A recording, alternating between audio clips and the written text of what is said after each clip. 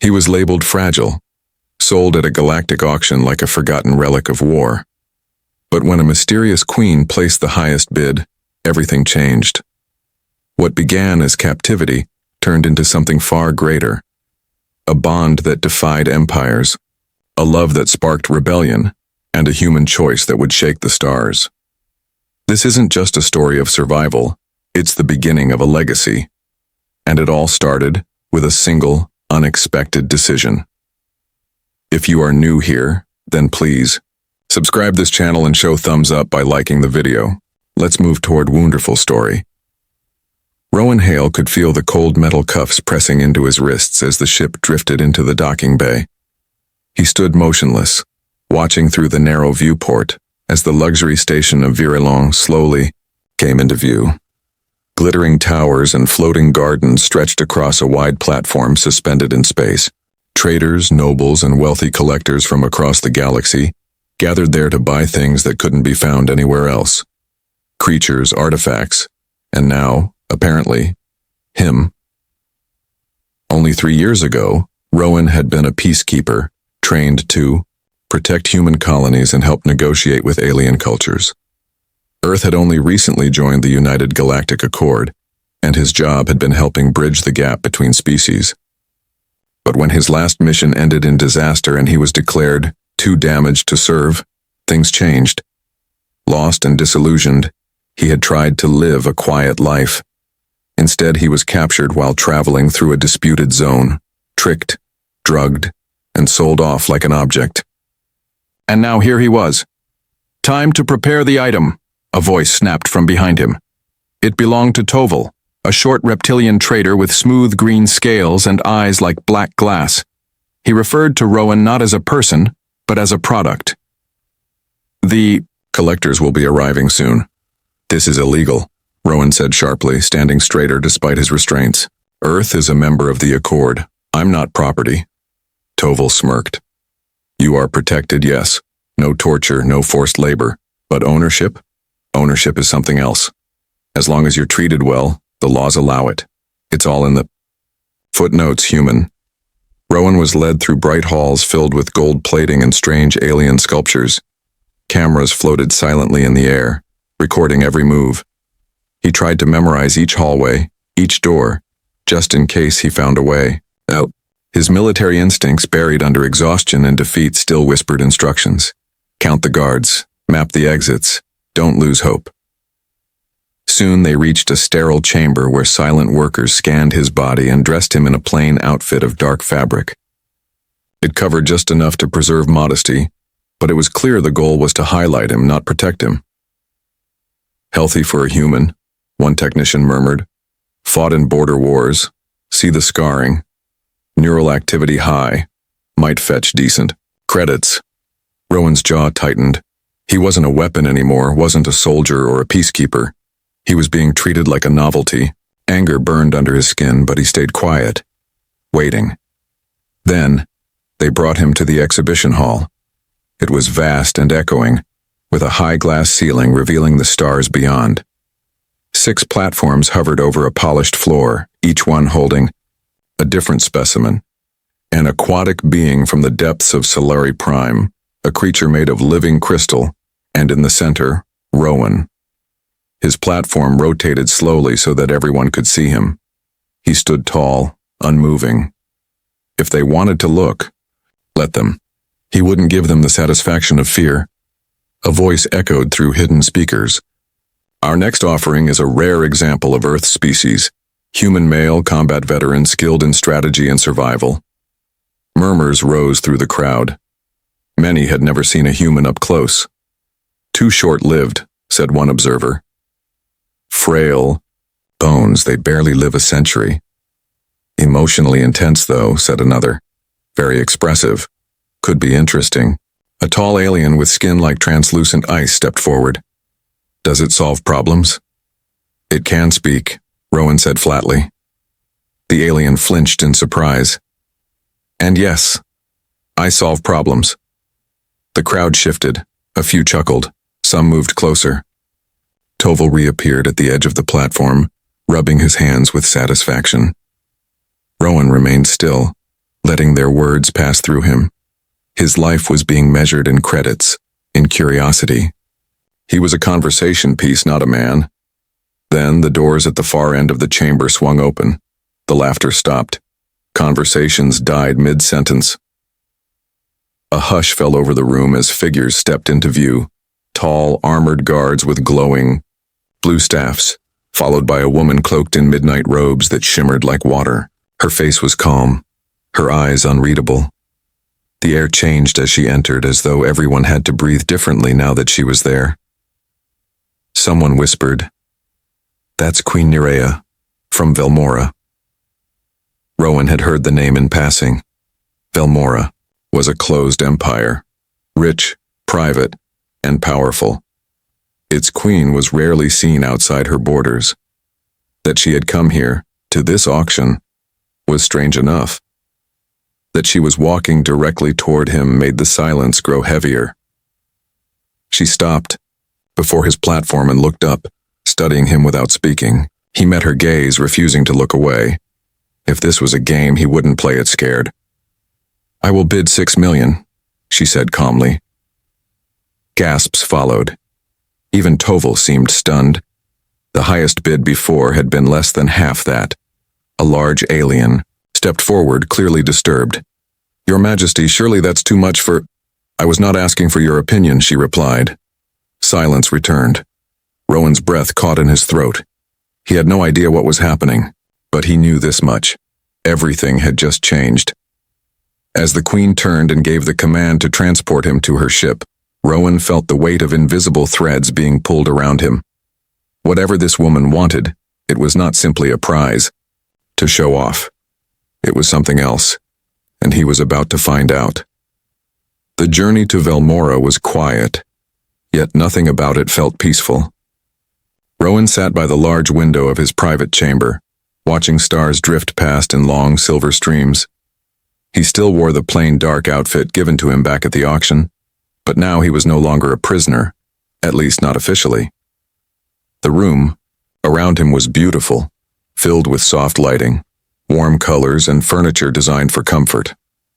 Everything about the space was made to welcome, not confine. But that didn't make Rowan feel any safer. The ship didn't look like anything Rowan had seen before. It moved without a sound, faster than anything Earth had developed, and its design, organic and smooth like it had been grown rather than built, was both strange and elegant. He hadn't seen much of the crew. They moved quietly and rarely, made eye contact, as if trained not to disturb the Queen's guest. Or maybe, Rowan thought, they didn't know how to act around a human. He didn't have to wait long before she appeared. Queen Nerea entered without knocking. Her dark robes flowed behind her like smoke. Without the crowd of the auction or the formal lighting, she looked different. Still powerful, still poised, but quieter now. Her silver-black eyes studied him for a moment before she spoke. "Is the room to your liking?" she asked. Rowan stood. "It's better than a cage." She didn't smile, but her tone was lighter than before. "You still believe I purchased you as a pet, didn't you?" he asked, keeping his voice steady. "You paid a fortune for me." "I acquired you," she said, "but not for amusement. You are significant." He narrowed his eyes. "Significant how?" "Your species is new to the Accord," she explained. "But even before Earth joined, we heard whispers about your adaptability, your emotional strength, your creativity under pressure. I've seen many species with physical power, fewer with imagination." Rowan folded his arms. "So I'm a science project? A symbol," she corrected, "and a mystery." They were silent for a moment. The hum of the ship filled the space between their words. Then Nerea stepped closer, her expression calm. "You think I rescued you from the auction," she said. "But the truth is, I've been searching for someone like you." Rowan frowned. "Why?" "Because my people have forgotten how to grow," she said quietly. "We have perfected control, discipline, strength, but we've lost something in the process, and I believe your kind still carries it." Rowan didn't know what to say. Her voice held no threat, no command, Just honesty. It made him more nervous than anger would have. The ship soon entered orbit around Velmora. The sight outside the window took Rowan's breath away.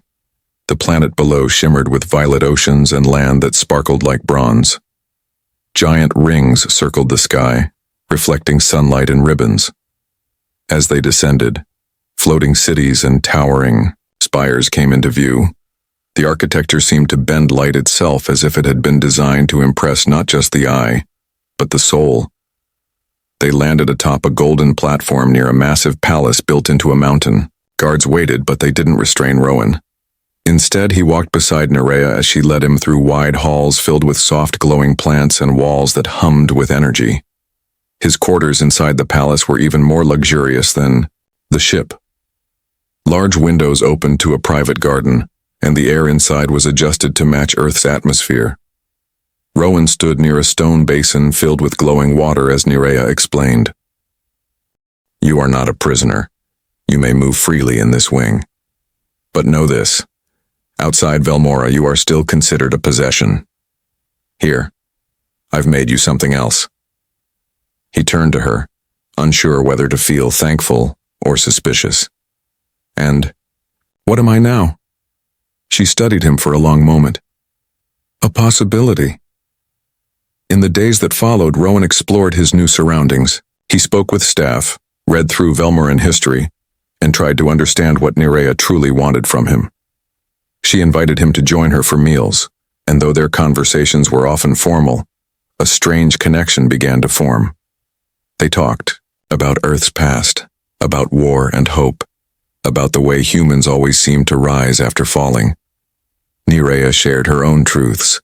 Her empire was ancient, rich in tradition, but struggling with change. Fewer young were being born. Innovation had slowed. The court whispered of decline. Many believed strength meant staying the same. Nerea didn't agree. "You adapt," she said one evening, seated across from Rowan under a sky full of twin moons. "That is your strength. You survive because you change. My people have forgotten how." Rowan listened, uncertain how to feel. The admiration in her voice felt real. And yet, there was something else beneath it. A reason she wasn't saying. He sensed it every time she looked at him a moment too long, or when she avoided answering questions about her past. He tried to remain cautious, but the feeling between them was growing, unspoken, fragile, but real. Nerea was unlike anyone he'd met. She held power, but not through fear. She listened. She watched. And when she spoke to him, it felt like she wasn't speaking as a queen, but as someone looking for answers. One night, as they stood on a terrace watching storms pass, across the copper plains below, Rowan finally asked, "Why me?" She didn't answer right away. Then softly she said, "Because you remind me that weakness is not always failure, and because I don't want to face what's coming alone." Rowan didn't know what was coming, but he knew this. He wasn't just a guest. He wasn't just a symbol. He was part of something now, whether he liked it or not, and whatever came next, he would be ready. Rowan Hale had been at the Velmoran Palace for less than 2 weeks when he noticed the changes. At first, they were small, quiet conversations that ended when he entered a room, glances from guards that didn't match their calm expressions, and sudden meetings Queen Nerea left without explanation. He wasn't a stranger to tension. Years of working as a peacekeeper had trained him to sense when something was off, and something here, behind the beautiful gardens and glowing halls, was very off. He had grown closer to the queen, though he still didn't fully understand her. Their late-night talks had become more open, even warm. She listened to his opinions and even asked for his input on palace matters. Sometimes they shared quiet moments in the observatory or over simple meals. But Rowan knew better than to mistake kindness for trust.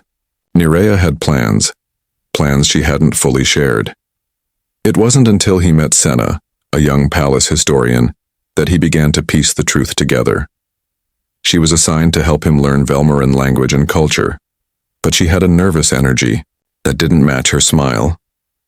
One afternoon, after checking the hallway and lowering her voice, she leaned in and whispered, "They think you're dangerous." Rowan raised an eyebrow. "Because I'm human?" "No," she said. "Because she brought you here. No one questions the Queen openly, but some on the High Council believe she's compromised." "Compromised how?" Senna hesitated, then added, "You weren't just bought to impress visitors. There's talk about your compatibility, your DNA. They think she chose you for more than your mind." Rowan felt a cold wave run through him. "What are you saying?" "Velmorans have been struggling to maintain their bloodline," she said, almost guiltily. "Some believe human genetics might help. Yours, in particular." He stood in silence, for a long time, thoughts racing. He had wondered why he'd been treated with such care, why his quarters were so well suited to him, why Nerea had studied him with that mix of curiosity and something else. But this? It felt like something between a secret mission and betrayal.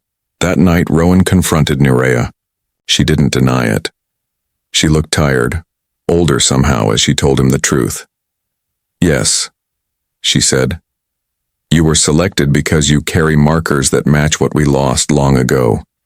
It began as science, Rowan. But what has grown since is not."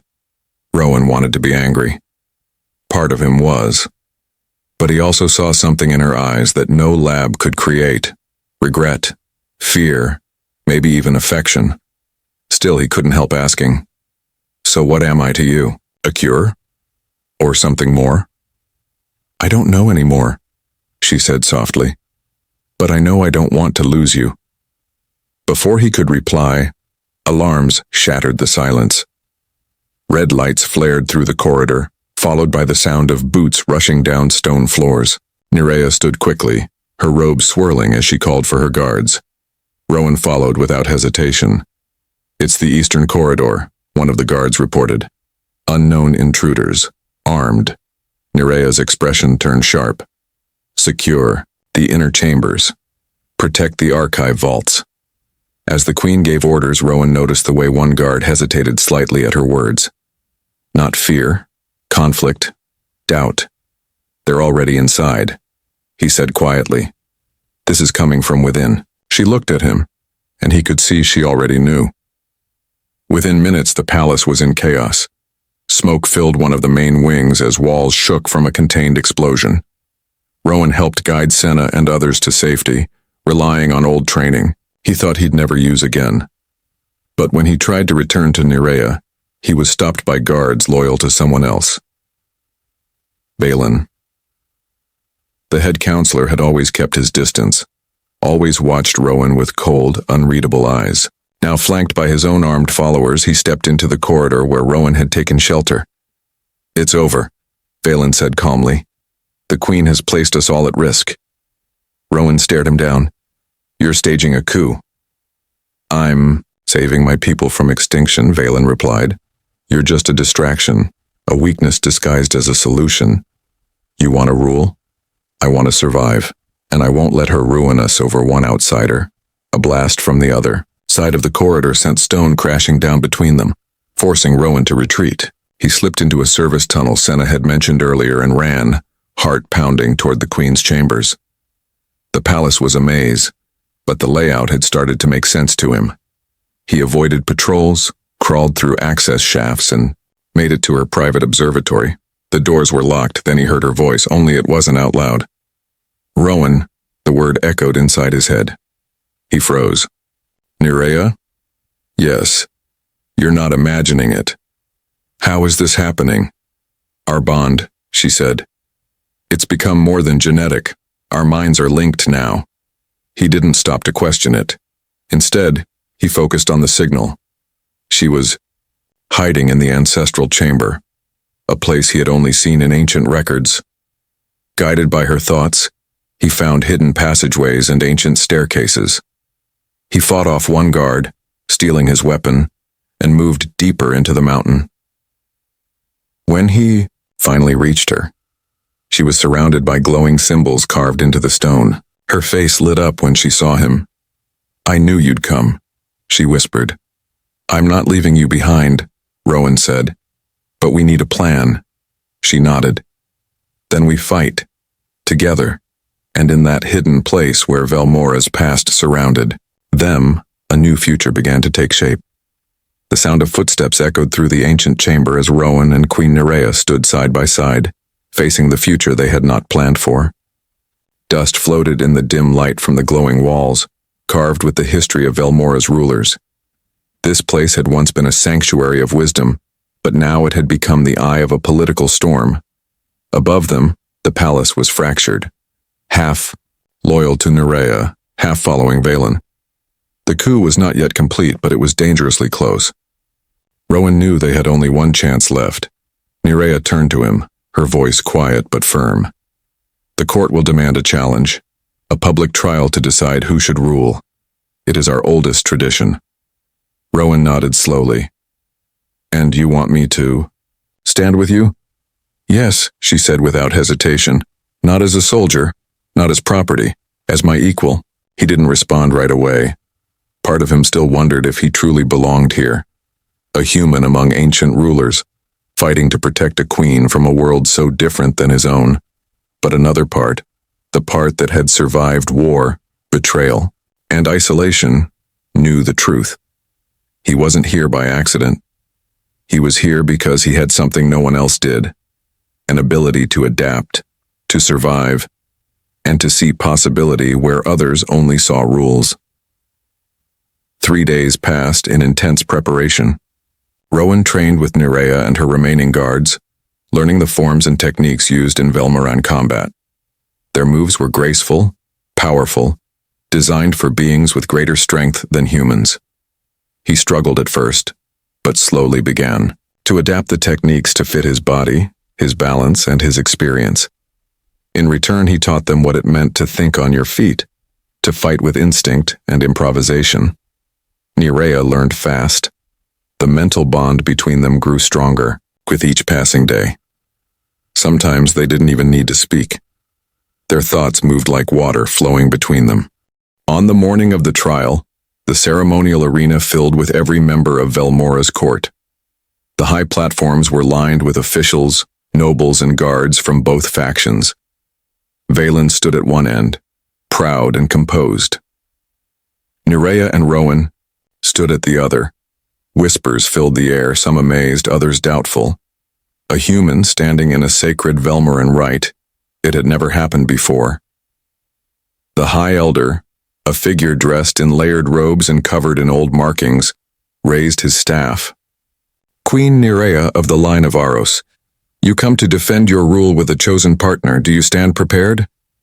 I do, she answered. Rowan Hale of Earth, the elder said, turning to him. You are not of Velmora. Why do you stand here? Rowan took a breath. Because your queen asked for truth, not tradition. Because sometimes change needs a different voice. There was silence. Then the elder gave a small nod. Let the challenge begin. The trial was not just combat. It tested physical strength, problem-solving, trust, and emotional unity. In the first round, Rowan faced an obstacle course of shifting platforms and sudden traps. His body, lighter, and less powerful than his opponents, allowed him to move quickly and with precision. He reached the final platform faster than expected. The crowd murmured. Next came the logic trial. Nerea and Rowan were separated and given parts of a complex puzzle that required silent cooperation. With the bond between them, they completed it faster than any pair in recorded history. Their minds moved together, pieces clicking into place without words. Then came the final challenge, combat against Valen's chosen champion, a massive warrior named Corin, trained in elite battle schools and twice Rowan's size. As the bell rang, Corin charged with brute force. Rowan dodged, weaved, and countered with quick strikes that drew frustration, not blood. He couldn't win by power. But through the mental link, he saw something, a weakness in Corin's left leg. An old injury, barely visible. Rowan changed his stance. Every move after that targeted the weak spot. Step by step, the giant began to slow. A final strike to the back of the knee sent Corin crashing to the ground. Rowan stood over him, panting. His blade pointed at the ground. He didn't finish the fight. Instead, he offered his hand. "This is how my people show strength," he said. "Not by breaking others, but by standing for something better." Corin hesitated, then took the hand and stood. The silence was broken by the High Elder's voice. "The challenge is complete. Judgment falls to the court." But before they could respond, Nerea stepped forward. "Let there be no doubt," she said, her voice echoing through the arena. "Rowan Hale is no longer a stranger. He is my chosen partner in all ways. And our bond is not weakness. It is a new beginning." The court stood still. Then, one by one, several nobles stepped forward and bent their heads. Others followed. Not all, but enough. Valen stood frozen, his plan crumbling. He turned to leave, but not before giving Rowan one last look, part anger, part respect. That evening the palace lit up in celebration. Music drifted from every hall. Rowan stood at Nerea's side as guests from across the Accord arrived to witness the formation of a new era. Later, alone on the palace balcony, Rowan looked out at the strange stars above Velmora. Nerea joined him, her hand finding his. "You didn't just help me keep the throne," she said. "You changed what the throne means." He smiled softly. "We both did." And as the night sky shimmered with 2 moons and 1,000 lights, they stood together, proof that strength wasn't just born in power but in the courage to choose something new.